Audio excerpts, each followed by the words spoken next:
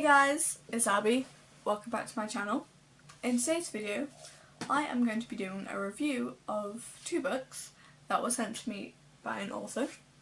Liar Girl and Liar Girl, The Exam Results by Andre Govier. I'm very excited to review this today. So these books are based on a girl called Stephanie who is 16 years old and starts by telling really small white lies that she ends up turning into really big ones, and it snowballs and lands her in really big trouble, and she doesn't really learn from her mistakes and then does it again, and she gets even more serious trouble this time, and she ends up losing friends and her family members. This kind of are very annoyed with her, and obviously she's probably going to feel quite isolated after the second book, to be honest. They are intended for a teen or young adult audience, and they're kind of on the thinner side of books, as to help to encourage more people to read, rather than scaring them away with something like the Da Vinci Code. Because if you want to encourage people, obviously you want them to be quite small, easy to read, and yeah, basically, and I think that's covered all those steps. I mean, I feel like these would definitely encourage people to read. I mean, I was quite I wanted to keep reading. I mean, it was quite dramatic because she just kept lying, and it's just like, is she actually going to get away with this, or is she going to actually have to face the consequences? I kind of wanted to know, and that's what I liked about it. I liked the fact that it kept me in suspense, and it was so dramatic, and I think that's also what made it quite comical, because it was just like, she's not going to get away with this, but you'll kind of like find it quite hilarious.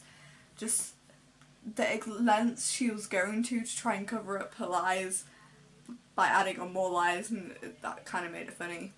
And also everything that was happening because of the lies was quite humorous. Like, there was one scene, well, not scene, but there's one part where she said that she had a hot tub that flooded in order to cancel plans with her best friend to go meet with some guy, and then her best friend's mum kind of brought over this like vacuum thing to help clear it up, and she was angry. She was not happy at all. But there was also something so comical about it, because the fact that all the lies ended up making something extreme as that happening, and that was quite funny, to be honest. Also, with the whole lying thing, I think that's one of the things that actually makes it quite relatable, because obviously everyone lies. Everyone tells that tiny white lie that they think they're going to get away with, but occasionally you end up telling more lies because it kind of snowballs, and then you land yourself in more trouble when it could all be avoided just by telling the truth in the first place. And to be honest, when you look back at it, you don't even know why you lied in the first place. And I'm pretty sure it's the same with Stephanie. She probably doesn't. I feel like she's probably going to look back and be like, why did I even do that anyway? Because after the first book, like, no one really trusted anything she said. Even though her friend sort of forgave her, she was a bit like, why are you lying to me?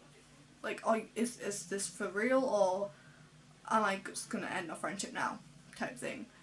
I mean, I'm pretty sure after the second book, they're no longer friends. It also teaches you that lying can end relationships with both family and friends. So, don't do it, kids. But aside from that, I mean, I did really enjoy the books. They were really easy to read. The pace of the story was quite fast and got straight to the point. It wasn't like, it didn't drag on the final conclusion, and it did give you closure, even after this book, and you were just like, so what's going to happen next? It's like, it still answered most of your questions. So after this book, this one probably left me with more questions than what this one did, because obviously this one was slightly more dramatic and had a more serious tone to it towards the end, because she was in a lot worse trouble than in this book. This one was kind of minor snowball of lies. This one was just like a full-on boulder of snowballing. The dramatic and the suspense and it's made it comical, and it's kind of hilarious, so would highly recommend it.